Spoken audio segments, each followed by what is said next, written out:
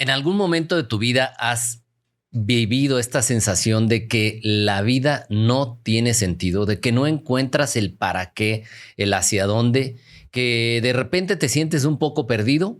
Si quieres saber más sobre este tema, no te vayas. Escucha este podcast. Esto es Vive Más Libre, presentado por Iván Martz. ¿Qué tal? ¿Cómo estás? Bienvenido, bienvenida una vez más a un episodio más de este podcast Vive Más Libre. El día de hoy con un tema que me parece fundamental, que tiene que ver con el sentido de vida. Cuando piensas que la vida de repente no tiene sentido, no hayas para qué ni para dónde, y tenemos un invitado muy importante que nos viene a hablar sobre este tema. Él es Juan Pablo Godínez, se hace llamar también Pelón San. Él es especialista en neurociencia y espiritualidad, ingeniero industrial con especialidad en dirección estratégica, coaching ontológico, liderazgo y reconfiguración financiera. Es consultor empresarial en temas de visión, propósito y cultura organizacional enfocada al desarrollo humano. Es creador de contenido de conciencia humana y autor del libro La frecuencia es el amor. Bienvenido, Juan Pablo, Pelón, como te digan, Pelón San, sí. Bienvenido. Gracias Iván, y gracias a todo tu equipo que ha coordinado que podamos estar aquí, que nos permiten compartir esto con la gente. De verdad me siento muy honrado y agradecido de la invitación de venir a compartir con ustedes. No, al contrario, el honor es para nosotros. Y bueno, cuéntanos un poquito de esto, que el tema de la vida no tiene sentido. Muchas personas creo que en este momento están experimentando esto, ¿no? Como que la vida nos lleva, nos trae, nos mueve, vamos para acá, para allá, pero de repente nos preguntamos, ¿para qué, no? O sea, ¿para qué todo esto? ¿De dónde crees que venga esta sensación de que no tiene sentido, no encuentro para qué? Sí, yo creo que se puede atribuir a diferentes y a diversos factores, ¿no? Primero, quizá no tener una conciencia más amplia del propósito de la experiencia humana, ¿no? Sí. Esta parte que para muchos ya es como obsoleta, que es la parte existencial, la filosofía existencial, sí, que es el cuestionamiento de ¿y mi existencia qué propósito tiene? Sí. ¿No? Y de repente el esquema del mundo moderno nos vende y nos orienta hacia otros enfoques, sí, ¿no? Al hacer y al tener. Hacia afuera completamente. Hacia afuera, ¿no? Creo que es parte, no solo para no ser tan injustos también, sí, con el mundo, claro, la sociedad. No catalogar o satanizar el asunto. Sí, ¿no? O sea, realmente es más efecto de la condición humana, de esta parte egoica, sí, este sistema de identidad personal, individual, que nos separa, sí, y a la hora de separarnos, pues nos hace ir a buscar aquello que ahora sentimos nos hace falta, ¿no? Sí, ese vacío, digamos. Ese vacío que surge de la idea de estar separado, de ser dos, de ser un sujeto vomitado en un universo objetivo material que ahora tiene que proveerse de afuera una serie de circunstancias que, bueno, como dijera Maslow, primero pues satisfagan mis necesidades biológicas básicas, luego mi seguridad, que no haya vulnerabilidad o riesgo, luego la pertenencia, pero de alguna manera, Iván, creo que la condición humana y por ende la sociedad que hemos ido formando nos insta a prepararnos y a buscar afuera qué necesito hacer para tener aquello que me va a dar significado, tal vez, valía. Fíjate que yo creo que en última instancia, incluso ahora, no sé tú qué opines, pero hay una hiperestimulación, sí, a ser feliz, sí, ¿no? Y entonces ahora todo mundo estamos agobiados por ser feliz y por un lado no entendemos o indagamos del todo qué es eso que andamos buscando. Sí. Digo yo, andamos todos como gallinas sin cabeza. ¿Y qué estás haciendo? Pues quiero ser feliz, sí, pero ¿y cómo se ve o dónde lo encuentras? Claro.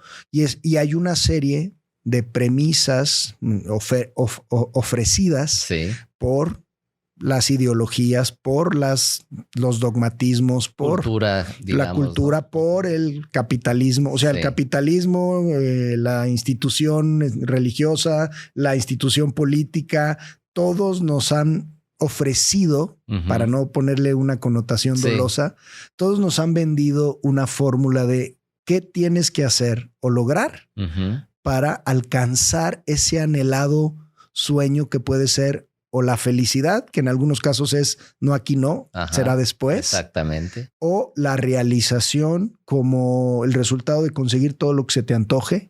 Como éxito, lo que se define como éxito comercialmente, ¿no? Sí, que es tener todo lo que quieras tener, ¿no? Y entonces volvemos a ver cuando lo analizamos que entonces la dirección a la que se orienta la vida es a lograr ciertas circunstancias afuera para alcanzar este estado de ser feliz. Y entonces la fórmula se invierte. Y esto, pues, por supuesto que no es nuevo. El ser, hacer y el tener, que en la condición humana está invertida.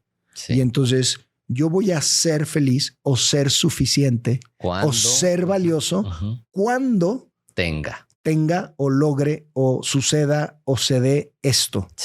Y de entrada, ese entorno es inestable por naturaleza. Entonces, basar mi estabilidad en un entorno por naturaleza inestable es demente. Claro. Y por eso andamos todos es demente, pero es lo ansiosos y paranoicos y esquizofrénicos. Es lo que todos estamos como que, o sea, alcanzar y acabamos desgastados. Nunca llegas. Es que además que es como llegar al horizonte, ¿no? Entre más te acercas, más te aleja. Exactamente. Pero pareciera que ese es el único drive que hemos aprendido a seguir. Creo que ya hay algunos que, como dicen, se están saliendo de la Matrix. Se están saliendo del sistema. Hay unos que dicen que se están saliendo del sistema y están más adentro que lo que les gustaría darse cuenta. Pero creo que es un sistema y no lo infiero únicamente a lo económico, político, social, sino que es justo el sistema de pensamiento humano, el ego, ¿no? Esta identidad individual que genera tantas cosas. Está este tema de por un lado, pues lo de afuera, lo de adentro, la vida banal, la vida espiritual, y pareciera que o estás de un lado o estás del otro, exacto, ¿no? Entonces, capitalista, no, eso no es espiritual, ¿no? Espiritual, no tiene que ver con lo otro. Te vas a morir de hambre. Exactamente. Entonces, ¿cómo combinar esta parte? Porque al final somos seres manifestados, que estamos en el mundo, como funciona tal cual. No podemos como tal, creo yo, salirnos del sistema, sino qué tendríamos que hacer para estar en el juego sin embarrarnos, por así decirlo, ¿no? Me encanta parafrasear al maestro Jesús, que decía hay que aprender a estar en el mundo sin pertenecer a él, ¿no? Sin que te absorba, te atrape o te revuelque, ¿no? Y esto que tú acabas de mencionar es justamente parte, digamos, o raíz del conflicto, ¿no? La dualidad, uno u otro, ¿no? La ciencia o la religión, la espiritualidad o la materialidad, ser exitoso en el trabajo, pero que te vaya súper gacho en la vida personal, ¿no? Ya es una... Y entonces nos damos cuenta cuando nos ponemos a observar que es una dicotomía de la mente humana, ¿no? De separar, de dividir, que es lo que le da también origen a esto que le llamamos dualidad, ¿no? Y entonces creo que la puerta de salida va hacia la integración, no es uno u otro, sino ambos. Yo en algún momento, Iván, te comparto en mi inquietud, en mi búsqueda, ¿no? De poder. Yo tenía cada vez más éxito en lo empresarial, me dedicaba a las ventas, al tema de las finanzas y me iba muy bien y estaba casado con una mujer maravillosa y con mi hijo, mi primer hijo. Y conforme iba subiendo en esta escala, en esta promesa de que si tan solo... persecución, ¿no? Sí, pero es una promesa también. Es una promesa de que si tan solo hay bienestar o crecimiento económico, va a haber bienestar. Y resulta que no es mi caso y también creo que es el de muchos. Y de verdad es muy fuerte lograr ese escalón, esa cumbre que vienes 10, 15 años persiguiendo y esforzándote y haciendo sacrificios y de tiempo, de libertad, según tú, ¿no? Haciendo lo que quieres. Sí. Y llegar allá y no sentirte como creíste o te prometieron que te ibas a sentir es decepcionante. Es frustrante, claro. ¿No? Y entonces hubo un tiempo en el que para mí esta dicotomía, este pleito entre irme por la realización espiritual, en el entendido de que tenía que, digamos, abstraerme de la búsqueda del éxito económico, o darle por la consolidación profesional y dejando de lado esta parte como si realmente fueran antagónicas. Sí, exactamente. Y en mi caso fue gracias a toparme con quien fue mi mentor, quien fue mi maestro, y que me enseñó que el camino era y es lo que nos toca ahora esta nueva humanidad, como me gusta llamarle, es dejar de polarizar y trascender la confrontación de esto o aquello e integrarlo en una nueva expresión de vida, ¿no? En donde el éxito profesional venga desde una conexión y conciencia espiritual profunda. Profunda. Yo le decía a mi socio, teníamos un eslogan así un poquito divertido y disruptivo que era como asquerosamente rico, profundamente consciente, algo así. Algo así, ¿no? Sí. Que era como alguien asquerosamente rico puede ser profundamente consciente, porque parece que son dos juegos aparte, ¿no? Sí. Y entonces esta dualidad que tenemos que integrar, ¿cómo aterrizarla a alguien que dice, pues sí, yo estoy en esta disyuntiva, en tu camino, bueno, tú lo has ido entendiendo, es si estás en un lado te vas al otro y luego te regresas al centro, o sea, si estoy luchando por mi éxito profesional desgastado, etcétera, entonces lo dejo completamente y me voy ahora a este lado, o cómo no caer en en el efecto liga, le digo yo, que lo sueltas de un lado y se va de repente al otro. ¿Cómo ir integrando esto en la vida cotidiana? Sí, pues mira, yo creo que hoy es un tiempo privilegiado para nosotros, ¿no? Por espacios como este, Iván, en donde cada vez más gente que ha ido estirando la liga y dando bandazos y dándose de madrazos sin querer, ¿no? Hemos ido atesorando ciertos aprendizajes que ahora queremos compartir, ¿no? Como para que estemos, aunque nadie experimenta en cabeza ajena, se dice, porque el conocimiento y la sabiduría distan solo por una cosa, que es la comprensión de la experiencia directa. Sí, correcto. Entonces, cada uno tenemos que vivir nuestros caminos. Y en esta introducción que tú hacías sobre esta experiencia de repente haber tomado una dirección buscando tu felicidad y que todo se te salga de plan y que todo se colapse y que digas, ching, o sea, ¿de qué se trata esto? Sí. Ya no encontré sentido. Tiene mucho que ver con que proyectamos una condición ideal desde nuestras premisas parciales, individuales, aprendidas, y pensamos que todo lo que se salga del script es incorrecto. Es contra esa intención de alcanzar la felicidad anhelada. Creemos que los obstáculos, la complejidad, que las cosas no te sucedan, son contrarios o van contra intuición al camino que tú querías. Y creo que ahí es donde empieza esta parte. Empezamos a cascabelear, digamos. Empezamos a cascabelear y entonces el indagar, el profundizar, el buscar alguien con quien observar de una manera más completa y diferente tu problemática, porque cuando tú estás inmerso en una problemática, en una situación adversa, compleja, es difícil tener claridad. Es difícil porque lo que ves es tu dolor. Lo que ves es la pérdida. Tu enfoque, tu energía está ahí, ¿no? Y tu energía está ahí y no está mal. Es muy normal, ¿no? Acaba de fracasar un proyecto de pareja, se acaba de perder una cantidad importante de dinero, te acaban de despedir de tu trabajo, acabas de perder una persona querida y entonces dices, es que esto no lo encuentro. Claro. ¿Cuál es la razón? ¿Cuál es la razón de ser si yo ya tenía mi plan de vida? Uh-huh.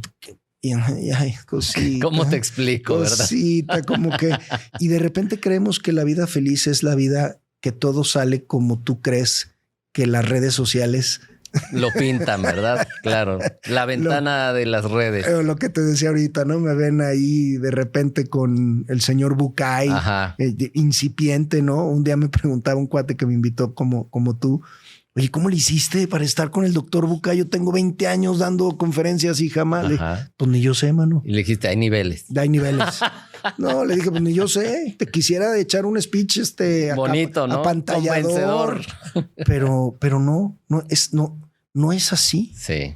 Pero ni lo trágico ni lo afortunado. Uh-huh. Y entonces ir ampliando la perspectiva, ir tomando conciencia de un orden mayor al que yo pienso, creo y percibo, me va dando oportunidades diferentes. Quisiera apuntalar sobre esto que me parece muy interesante, porque efectivamente hablar de una adversidad cuando no estás en ella es más sencillo, ¿no? Claro. Pero como lo estás planteando, quien está viviendo una situación como las que planteaste, ahora sí que cómo se ayuda, qué le recomiendas que haga. Está en una situación donde lo único que ve es la problemática, no tiene energía, está desgastado, desgastada. ¿Cómo regresar al centro? Y si es algo que se da rápido, si es algo que... ¿Cómo sucede esto? Mira, ¿cómo sucede? Sucede de la forma tan particular y tan personal como a cada quien le corresponde. Uh-huh. Es decir, la adversidad, como la vida en sí misma, no tiene una condición intrínseca. Uh-huh. ¿Sale? No, y esto es algo que no tenemos tan claro. ¿Cómo entender esto de que no tiene una condición intrínseca? Es decir, pensamos que aquello que no sale como yo quiero, uh-huh, o que se opone a la idea original o ideal de mí, sí, le doy una connotación de negativa. Okay. ¿No? Eso es que tengo una condición intrínseca. O sea, que dice, pues, si me corren de la chamba, es malo. Ajá. No sé. Okay. ¿Quién sabe? ¿No? Sí. Es como empezar a cuestionar este sentido, esta predeterminación, uh-huh, que le damos desde una premisa muy caprichosa, yeah, muy personal, que es, sí, ok, no me gusta, sí, no me conviene, creo que no era el momento, uh-huh, pero todo está autorreferenciado a ti. Sí. Y ese es el problema con el ego. Sí. Que se toma como referencia, parámetro y verdad de todo lo que... No, y además que cuando te pasa, empiezas, ¿no?, a voltear, oye, pero el de al lado está re bien y el de allá no sé qué, y el ego ahí empieza a tener esta guerra, ¿no? Sí, porque una de sus compulsiones fundamentales es la comparación. Uh-huh. Entonces volteo para arriba y digo, chin, me falta un chorro, pero luego volteo para ver abajo a mi compadre y digo, no mames, voy súper bien. Como, ¿no?, que ahí la llevo. Ahí voy, ¿no? Y entonces realmente no tienes una visión clara, porque estás siendo completamente relativo, ¿no? Sí. Entonces, la adversidad de entrada habría que entenderla como parte del proceso de transformación. Uh-huh. Cuando nosotros somos capaces, o la vida nos va haciendo entender que la experiencia humana es un juego de evolución y aprendizaje, sí, un juego de evolución y aprendizaje, de entrada ya te lo empiezas a dejar de tomar tan en serio. O sea, menos drama. Menos drama, sí, ¿no? Estoy jugando. Ajá, igual ajá, me enojo cuando pierdo, pero estoy jugando. Sé que estoy en un juego. Ajá. Estoy jugando, ¿no? Cuando estás morrito y se arma la cascarita, el que se engancha y juega ya perdió. Ya perdió. Sí, claro. Porque estábamos jugando, ajá, ¿no? Entonces es difícil encontrar esta parte de ser, de involucrarte completamente en el juego. Sí. Y saber que tú no eres el juego. Que tú no eres el juego. Ajá. Que tú eres el que está contemplando el juego. Sí. Este personaje con el que el ego se identifica, con el yo soy el cuerpo, digamos, uh-huh, el avatar, el experimentador. Sí. Tú no eres tú eres el experimentador, sí, pero realmente la conciencia que está atrás de ese personaje, uh-huh, es el que está aprendiendo. Y hay un libro que no tiene tanto, que se llama Obstacle is the Way. Okay. El obstáculo es el camino. Okay. ¿No? Yo les decía hoy en la mañana a un grupo de talleristas que si logramos entender la experiencia humana como un proceso de aprendizaje y evolución, en donde vamos pasando a un nivel de conciencia cada vez más humano, cada vez más amoroso, cada vez más tolerante a estas expresiones humanas que tanta inspiración nos provocan, sí, y a la que cada uno de nosotros estamos llamados a vivir. Y entonces les decía, nos vamos moviendo de primaria a secundaria y de secundaria a prepa y vamos evolucionando.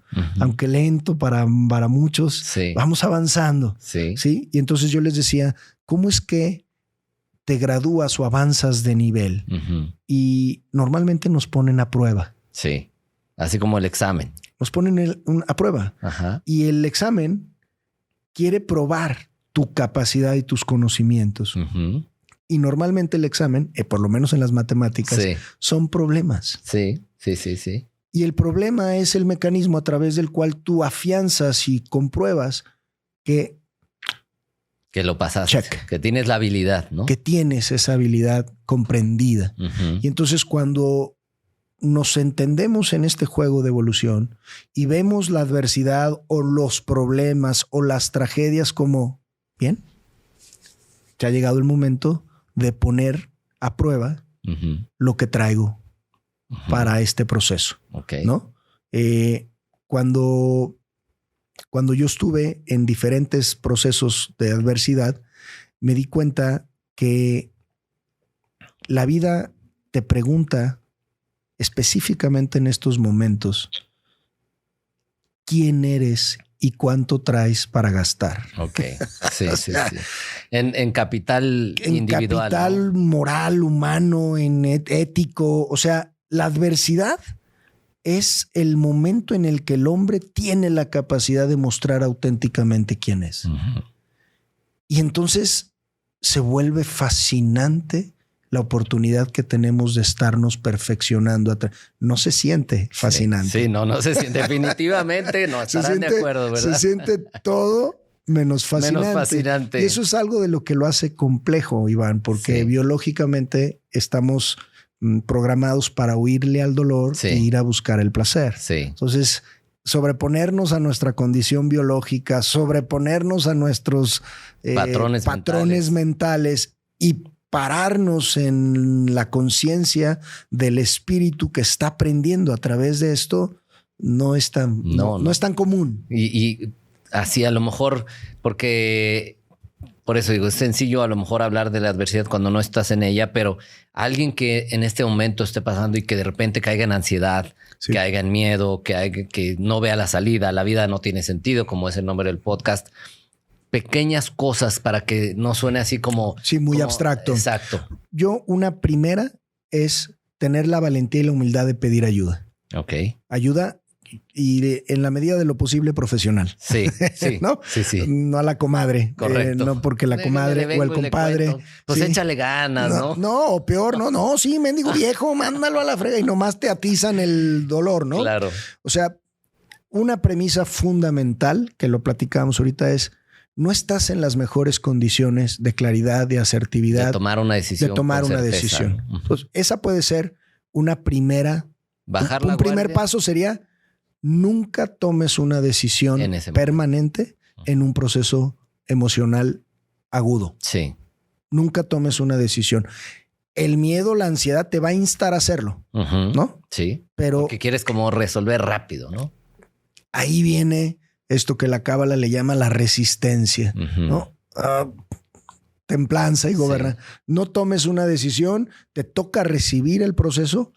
Y el segundo punto sería entonces: busca acompañamiento. No necesita ser, porque luego le tenemos fobias a la terapia. A la terapia, sí. Pero ahora hay consultor familiar, ahora hay coaches, ahora hay mucha variedad. Hay consejeros, mentor. Busca en quién apoyar y, digamos, suplantar la claridad y la neutralidad que tú no tienes en ese momento. ¿Cómo quitarse la pena de hacer eso? Porque luego la gente, pues sí, pero es que me da pena que vayan a ver que estoy sufriendo esto, que estoy padeciendo aquello. Porque cuando yo he tratado de mostrarme como que yo soy fuerte y yo tengo cierta imagen, o sea, el tema del ego, pero ¿cómo quitarse esa pena de decir, bueno, así es. O sea, ¿qué parte de nosotros hay que soltar para decir, pues sí, me está pasando esto, ¿no? Ay, mira, hay una forma orgánica y es cuando lo que estás viviendo ya te sobrepasa, entonces la pena te vale madre. Y por eso la ley de saturación, la vida es tan sabia. Y a los egos grandes nos toca verla más dura por arrogantes, por necios, hasta que de veras estamos completamente colapsados. Sí. O sea, el dolor lo único que ayuda es a poner de rodillas al ego. Okay. Que es el único que no quiere pedir ayuda, que no quiere que lo vean vulnerable, que cómo se va a acercar a pedir chamba, ¿no? Si me he proyectado tan exitoso, ¿cómo voy a decir ahora que necesito ayuda, ¿no? Que no tengo para pagar el internet, ¿no? Sí. Para seguir enviando currículums. Sí. Y es duro. Y eso es parte de lo que la adversidad nos ayuda, porque nos insta, casi nos exige a ser humildes. Sí. Y entonces yo me he dado cuenta que la adversidad per se nos ayuda a ser más humildes, a bajarnos de estas ínfulas, ¿no? Estas ínfulas de yo todo lo sé, todo lo puedo, qué pena, qué vergüenza, nos hace humildes, ¿no? A veces, sobre todo cuando es un tema de salud, ¿no? Que nos regresa este sentido de fragilidad. Claro. Y nos hace sabios en ese mismo sentido. El sabio pide consejo, ¿no? El necio no. Sí. Entonces es de sabios, no es de tontos pedir consejo. O sea, habría que entender que el decir yo puedo siempre, o sea, yo siempre puedo, no es sinónimo de fortaleza necesariamente. No. Muchas veces es una necedad absurda. Mi mujer y yo, que ahora hacemos varios espacios de apoyo para padres que han perdido hijos, temas del duelo, lo primero que les decimos es, no es un proceso ni que puedas, ni que necesites trascender solo. O sea, hay que saltar esta vergüenza, este orgullo, ¿no? Que a veces nos impide mostrarnos vulnerables. Hay un documental, yo creo que lo has visto, de Brené Brown, muy bonito, que habla de la vulnerabilidad como fuerza, ¿no? Y realmente creemos que aguantarnos es de valientes, cuando mostrarnos vulnerables más valientes. Se requiere mucha más valentía para mostrarte vulnerable que para hacerle al valiente. Entonces, el hecho de que pidas ayuda no significa que tú no puedas. El hecho de que te dejes ayudar, habemos algunos que tenemos dificultad realmente para pedir ayuda, una, y dos, para recibirla. Sí. O sea, ya no te digo pedirla. Hay veces que te la quiere. No, estoy bien, no te preocupes. Pero de veras te hace falta. Sí. El apoyo, el paro, la lana, el consejo, y eso. El ego, nuevamente, la arrogancia, la vergüenza, es esta imagen personal que somos capaces de defender a una costa de morirnos. Porque es autocreada, ¿no? Es autocreada, y en ella la mente ha puesto todo su valor en la imagen que proyecta. Mientras la imagen que proyecta pegue, nos sentimos safe, seguros. Aunque te esté cargando el pintor, aunque estés roto, aunque estés quebrado económica, moralmente, debemos aprender a salir de ahí, de esa cárcel, de esa prisión, de esa falta de libertad, de mostrarnos. Y mucho de lo que hace estos procesos complejos es encuerarnos.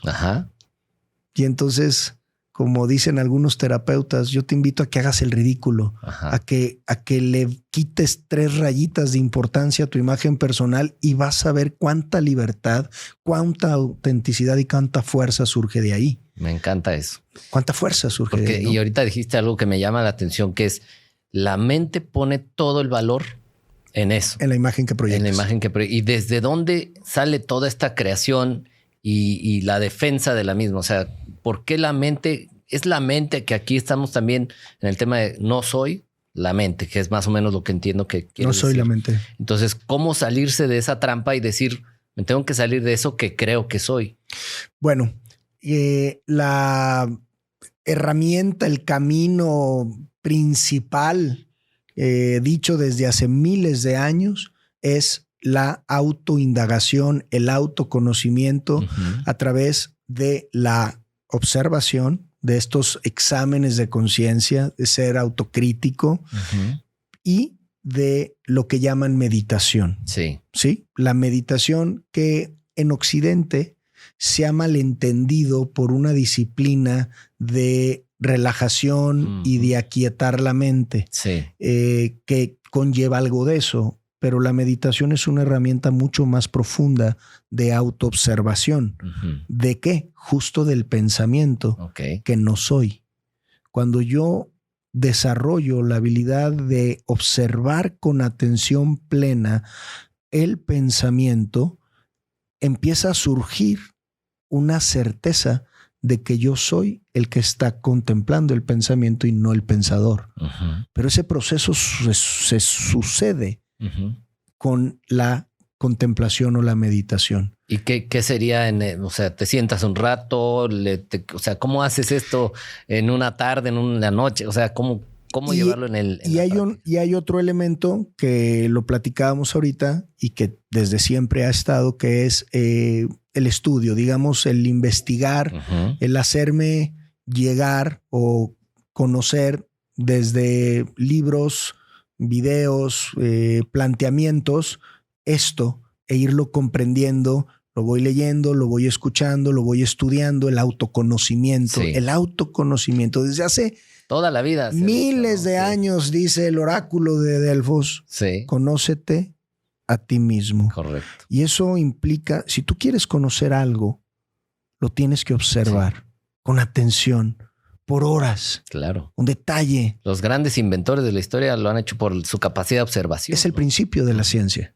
No puedo conocer, describir y entender algo si no lo observo por aquí, por allá, por acá, y no hacemos eso. Sí, no. Lo que hacemos es, no me gustó, salió y voy con el doctor y le digo, doctor, cúreme esto. Sin entender de dónde viene. No quiero saber cómo llegué ahí, por qué me duele tanto y cómo no se vuelve a repetir. No, es sácame de aquí. Y entonces nos hemos vuelto, sácame de aquí. No quiero sentir lo que estoy sintiendo. No quiero indagar en lo que estoy indagando. Me duele. Y entonces hay que entrar. Hay que observar, ¿no? Y entonces tener estos espacios de autoobservación, de llevar esto que es un tip que también lo pides mucho ahorita para la conversación. Ir llevando un diario, una bitácora de pensamiento y de emoción. O sea, hoy pensé este tema, hoy me sentí así. Juicio, es tal cual lo que pensé, lo que sentí. Y plasmar. De hecho, si te quieres ir así, pero sabroso como Magdalena, sirve mucho porque a la hora que tú en otro estado lo lees, eres capaz de decir, caramba, ¿no? Ay, Dios, yo puse esto. Qué dramático, qué bárbara. Qué bárbaro, qué sentido. O sea, también, pero es difícil tener esta conciencia si se quedó solo en esto que hacemos, que es el overthink, está rumiando y la mente rápido se empieza a buscar razonamientos para salir bien librada.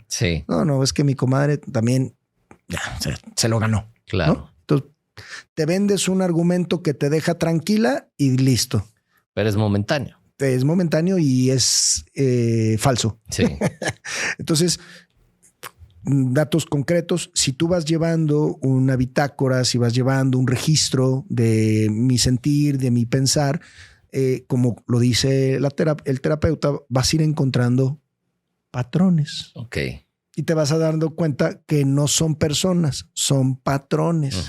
Entonces vas a ir dejando de culpabilizar al mundo de tu desgracia y quizá empieces a hacerte cargo de ella. Que es el principio del desarrollo, es la responsabilidad.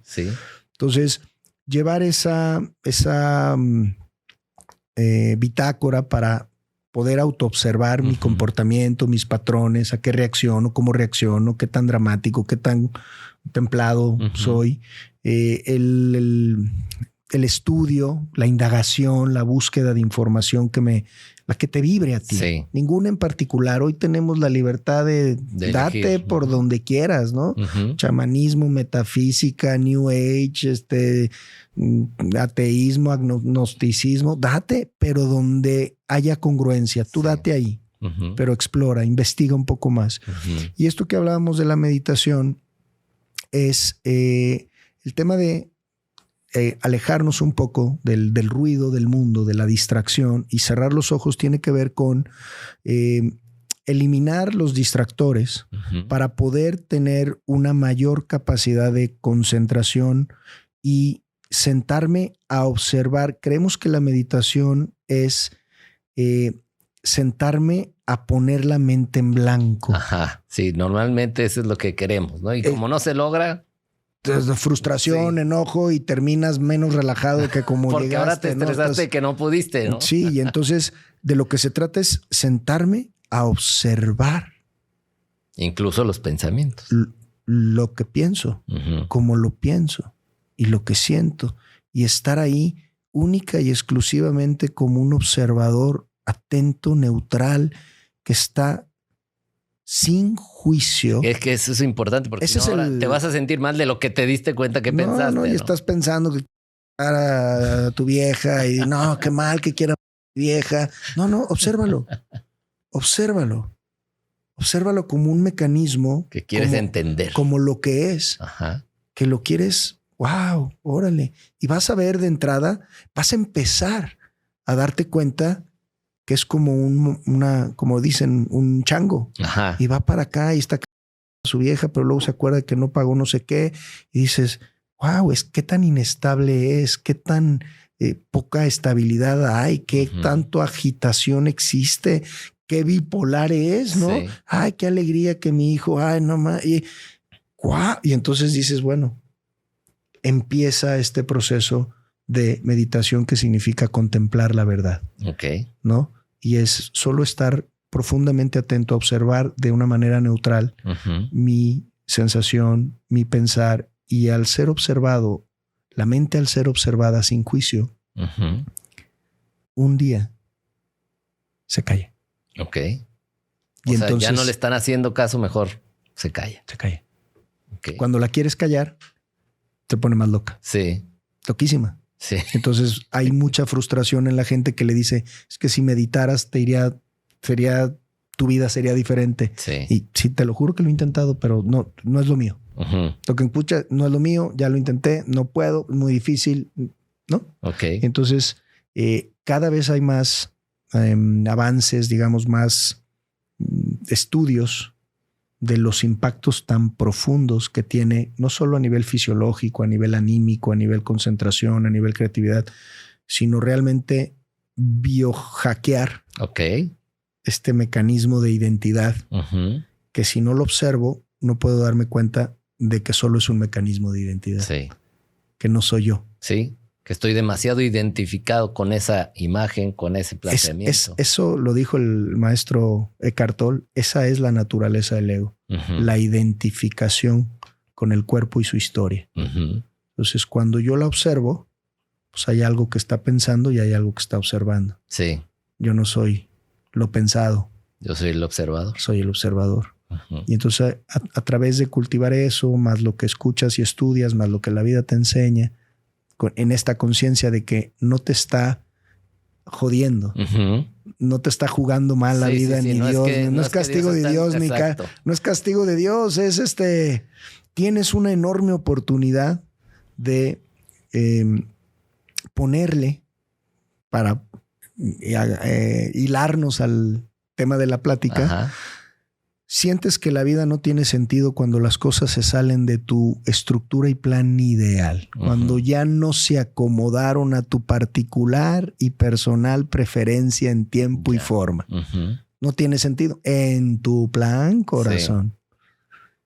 Pero realmente no tenemos, somos pocos, es muy poca la gente que tiene la capacidad de expandir su percepción más allá de lo individual para reconocer que muchas veces que no pase lo que tú querías es la mejor de las noticias. Ok. Es un poquito complejo entenderlo. Me voy a regresar un poquito a lo que decías hace rato sobre el tema de encuérate, ¿no? O sea, ya despójate de todo de este asunto y atrévete a, no me acuerdo si dijiste que o sea, como a pasar la vergüenza o no sé cómo sería. A mostrarte vulnerable. A mostrarte vulnerable y cómo no perderte en ese, o sea, que no caigas en decir, ya ni modo, suelto, pero me siento fracasado, me siento perdedor, no lo logré, entonces quiere decir, y que no te quede como un sello histórico para proyectar de ahí tu futuro. Sí. Pues no lo hice, fracasé, entonces ya mi vida va a ser así. Sí, fíjate que yo creo que ese es el punto más importante, Iván, y gracias por regresar acá, porque el tema de la adversidad o aquello que la vida nos va poniendo enfrente, no solo se trata de cruzarlo, de decir, bueno, pues ya aguanté, ya pechugué, ya me vulneré, y lo crucé, sino hay un proceso de aprendizaje que evita que esa huella se quede. Ok. ¿Sale? Y entonces es cuando yo encuentro en el proceso el propósito de comprensión y evolución que contiene. Ok. ¿Sale? O sea, el para qué me está pasando. El para qué. ¿Qué puedo aprender? ¿Qué puedo integrar de esta situación que me lleva a un estado mental de comprensión y conciencia mucho más amplio? Porque el sufrimiento es el efecto de cuando la vida transgrede una condicionante o una premisa del ego. Ok.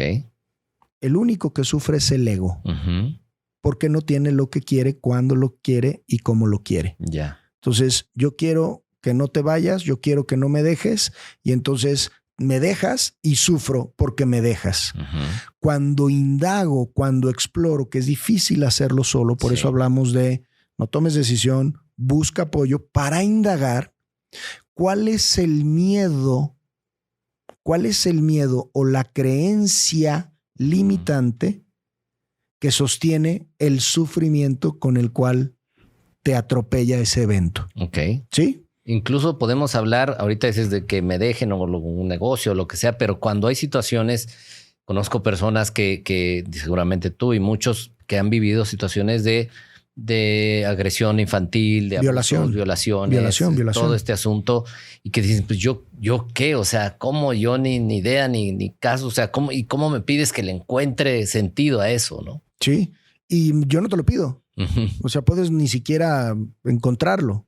Es una oportunidad que tienes. Sí. En el tema de la vida no tiene sentido. Es una reflexión de cómo, aún en los momentos más complejos de la vida, estas verdaderos escenarios complicados. La vida se presenta, y esto se lo escuché y se lo leí yo a Víctor Frank con su logoterapia, y ahora tenemos la semiología de la vida cotidiana, que todas ellas nos hablan de el valor que tiene encontrarle un sentido y propósito a lo que vivimos, bueno y malo, porque es la única fuente y fuerza que nos va a permitir salir adelante. Y entonces yo no te pido que le encuentres un para qué y un sentido de valor a tu evento traumático. No te lo pido. Te invito a que lo busques, porque si lo encuentras, no solo va a dejar de ser lo traumático que ya fue, pero que puede seguir siendo a lo largo de tu vida. Te puede acompañar toda como un sello trágico de me violaron, me abandonaron, me quedé huérfana, me engañaron, me fraudearon, y es bueno, traicionaron. Y a veces se siente como como muy poco humano decir, sí, pues, pero compadre, tienes pinches 20 años ahí, ¿no? Ajá. O sea, una de las cosas fundamentales del ser humano es que es libre de hacer con su vida lo que le plazca. Hacerla una historia de inspiración y transformación. O una de tragedia. Y eres completamente libre. No le quieres encontrar sentido. Te encabrona escuchar... Perdón. No, está perfecto. Te encabrona escuchar que venga alguien a decirte, no, es que todo tiene un para qué. Y tú dices, cuando estás en ese momento, dices, gato madre. Sí, claro. ¿Sí? Y es, no tienes que. Pero la vida te dice, esto no tiene sentido. Lo que yo quiero es que tú se lo des. Sí. La vida no tiene sentido y lo que te pasa no tiene de manera intrínseca ni el sentido de ser la tragedia que te va a borrar permanentemente la sonrisa o el evento que te va a transformar en el ser humano que jamás hubieras sido capaz de imaginar. No tiene ninguno de los dos sentidos. Neutral.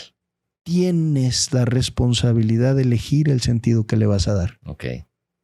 Esa libertad, a mí me pone la piel chinita. Sí. Y a mí me pone la piel chinita. Oye, yo quiero que ese evento me selle y justifique mi tristeza y mi rabia contra los hombres y me acompañe y me pudra el resto de mi vida.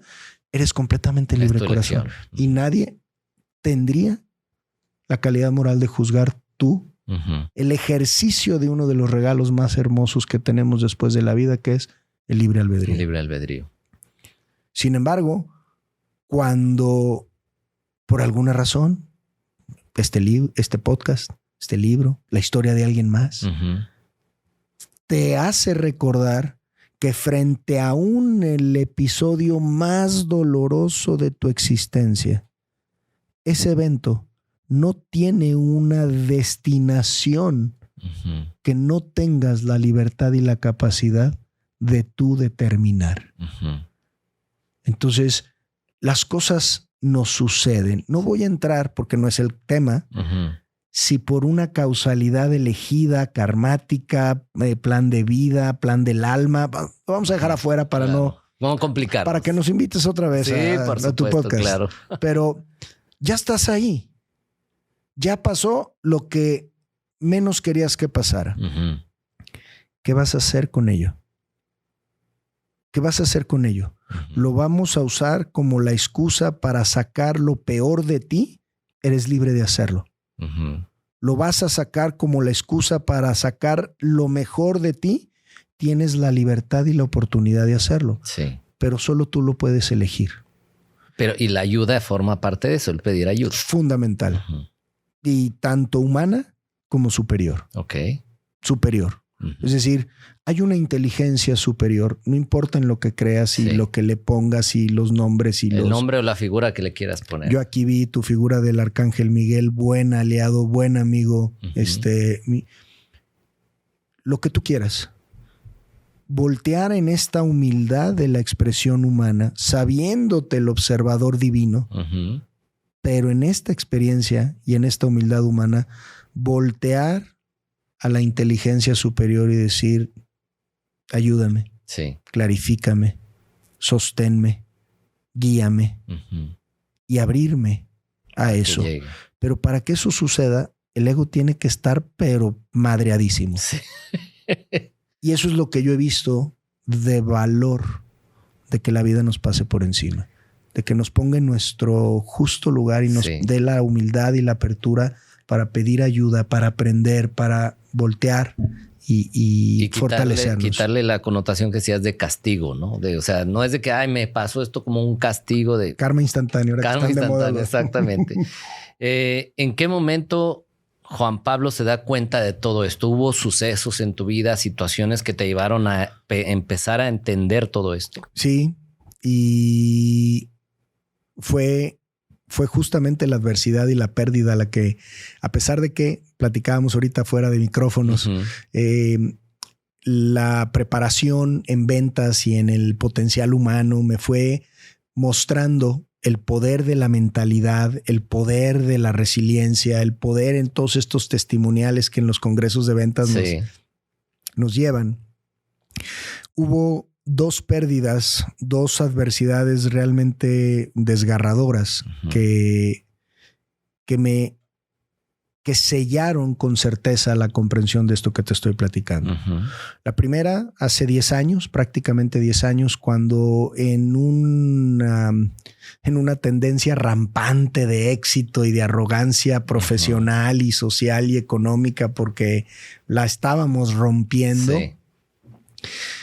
2 de nuestros socios deciden pelarse con todo el dinero de la empresa, de nuestros clientes, y se genera un fraude millonario del cual nosotros éramos socios y partícipes ahora en el tema legal de responsabilidad.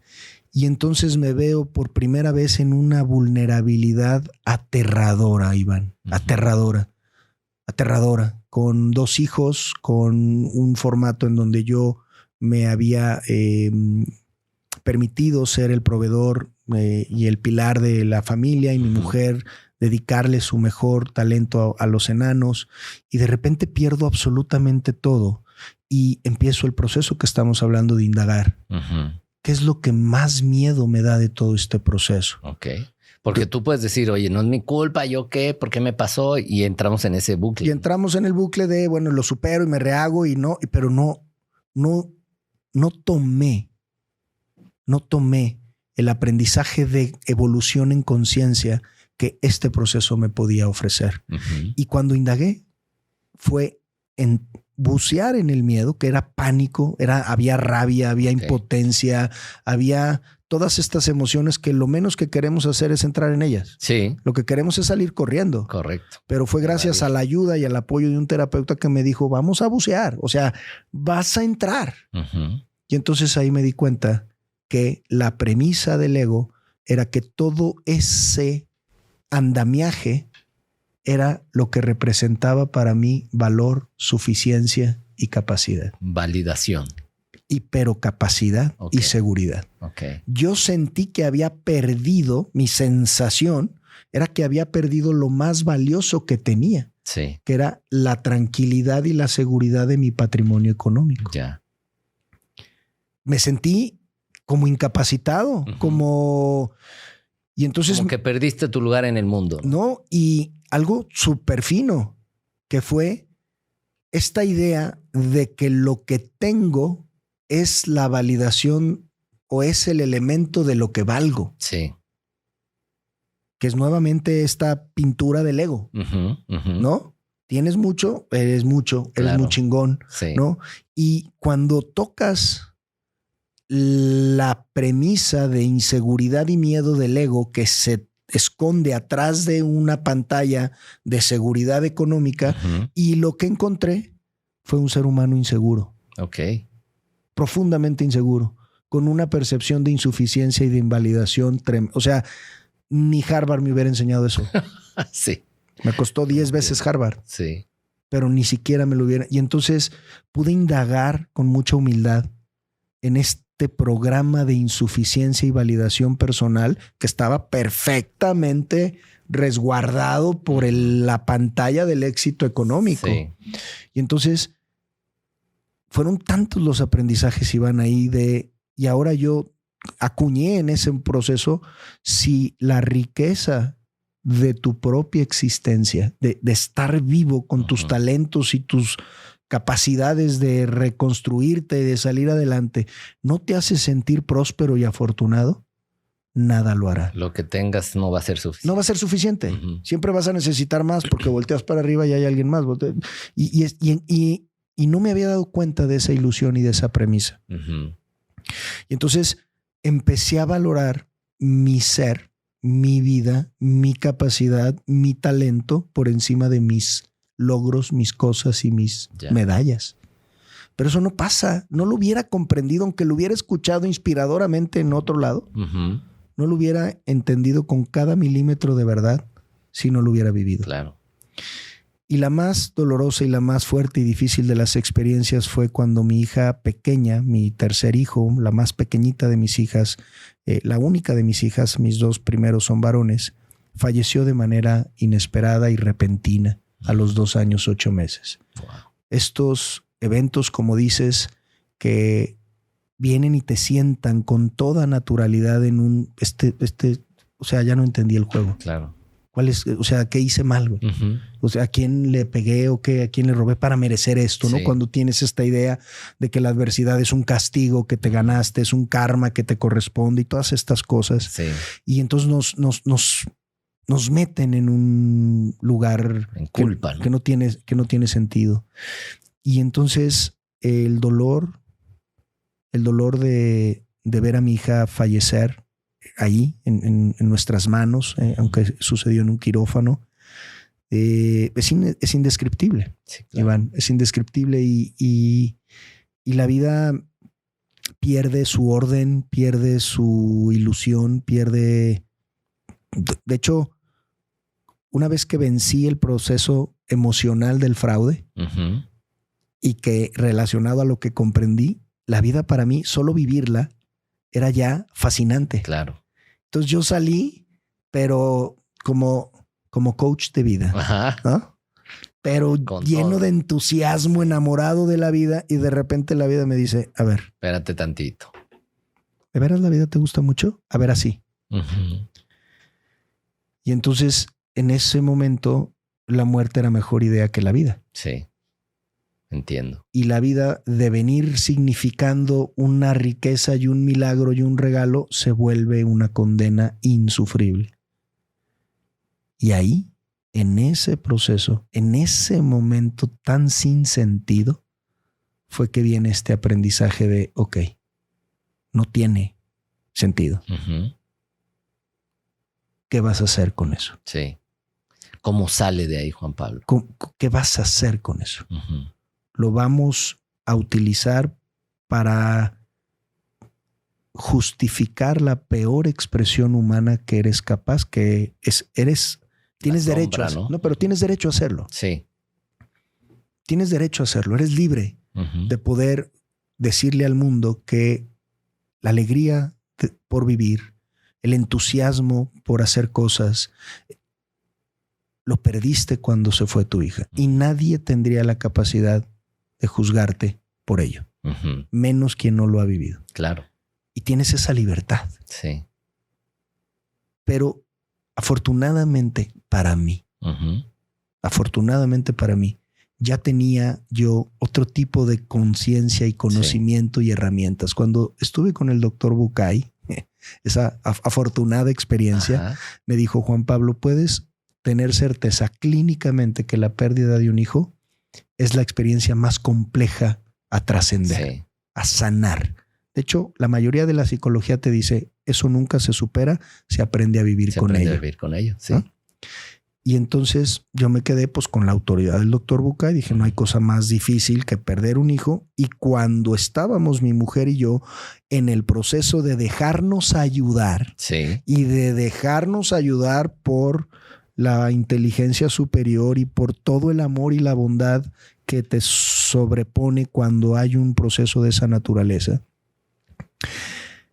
en ese momento me di cuenta que podía contradecir al doctor Bucay. Ok.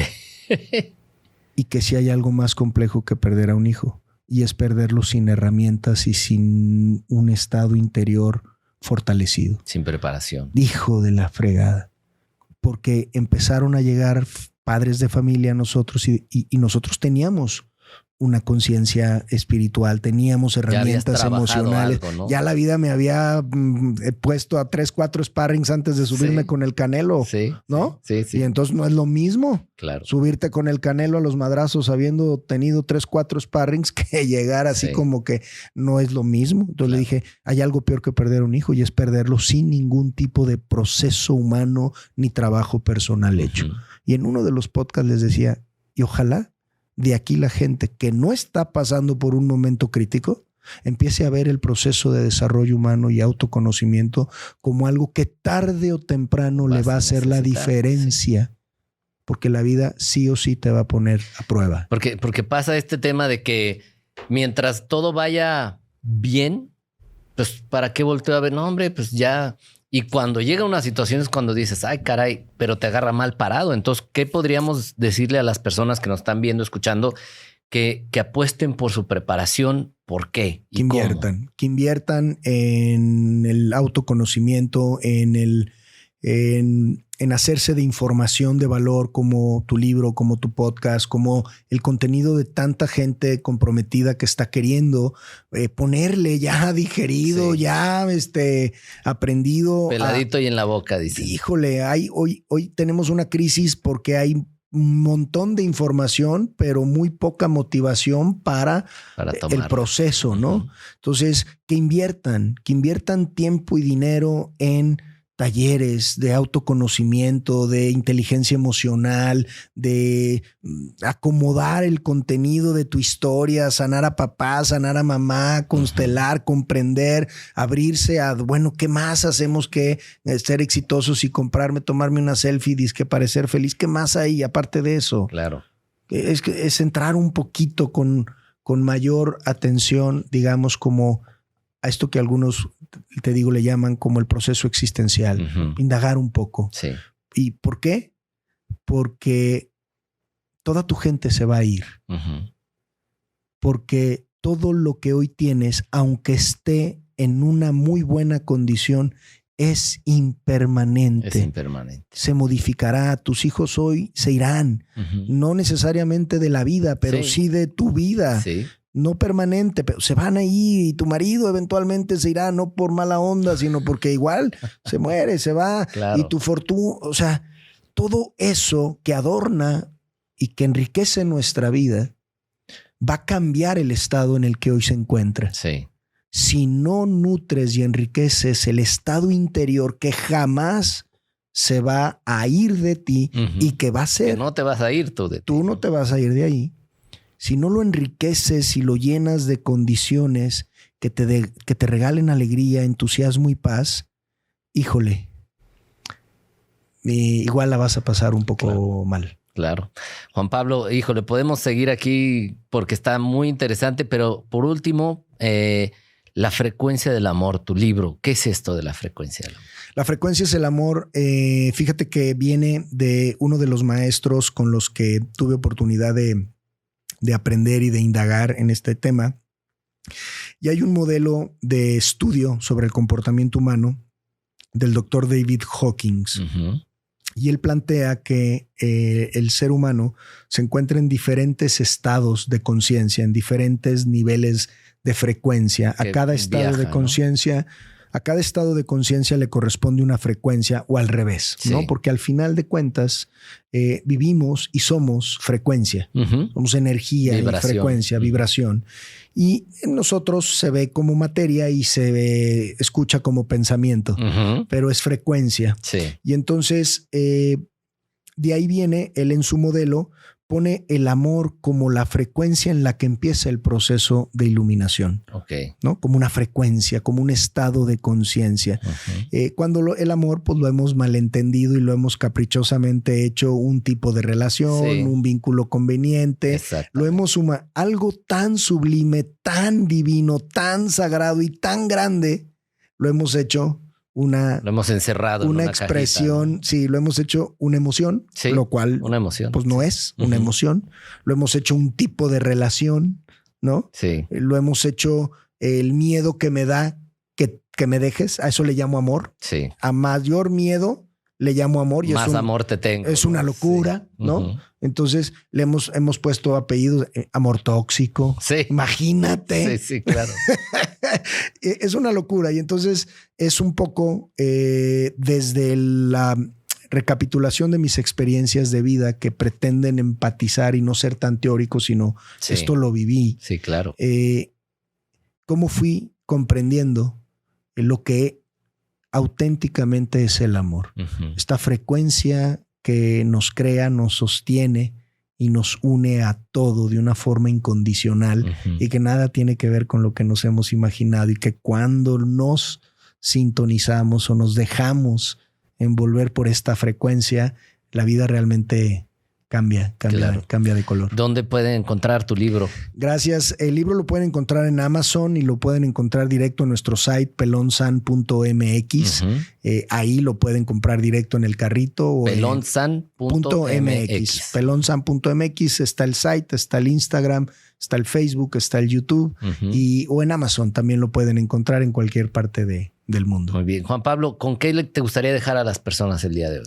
Bueno, pues me encantaría, además de agradecerle a ti, Iván, nuevamente, y al equipo, me encantaría dejarles con esta idea de que la experiencia humana, a pesar de que muchas veces puede ser desgarradora, puede ser demasiado retadora, siempre está plena y completamente a tu servicio y a disposición del ejercicio de tu libre voluntad de asignarle un sentido de crecimiento y transformación. No tienes que hacerlo si no lo quieres hacer.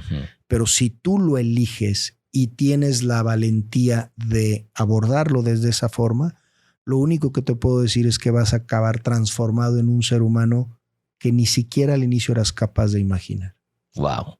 Para que por favor se queden con qué mensaje tan agradable, tan bonito. Entonces, tus redes sociales ya nos dijiste, Pelonsan. Pelonsan, así de fácil y así sencillo. De sencillo, Pelonsan. Muy bien, pues gracias Juan Pablo Pelonsan, gracias por este espacio, nos dejas mucho que reflexionar y la verdad es que la manera en la que lo transmites es una forma en la que vibra en la frecuencia del amor. Muchas gracias de verdad. Gracias Iván, gracias a todos también, gracias al equipo. Gracias, pues bueno, con esto estamos terminando ya el episodio del día de hoy, con muchas cosas que nos llevamos en nuestra mente, en nuestro corazón con todas estas reflexiones. Gracias por habernos acompañado. No olviden calificar el podcast. Si están en Spotify, pueden ir ahí donde las estrellitas, por favor póngale 5 de preferencia, y si estás viéndolo a través de YouTube, por favor suscríbete y déjanos algún comentario.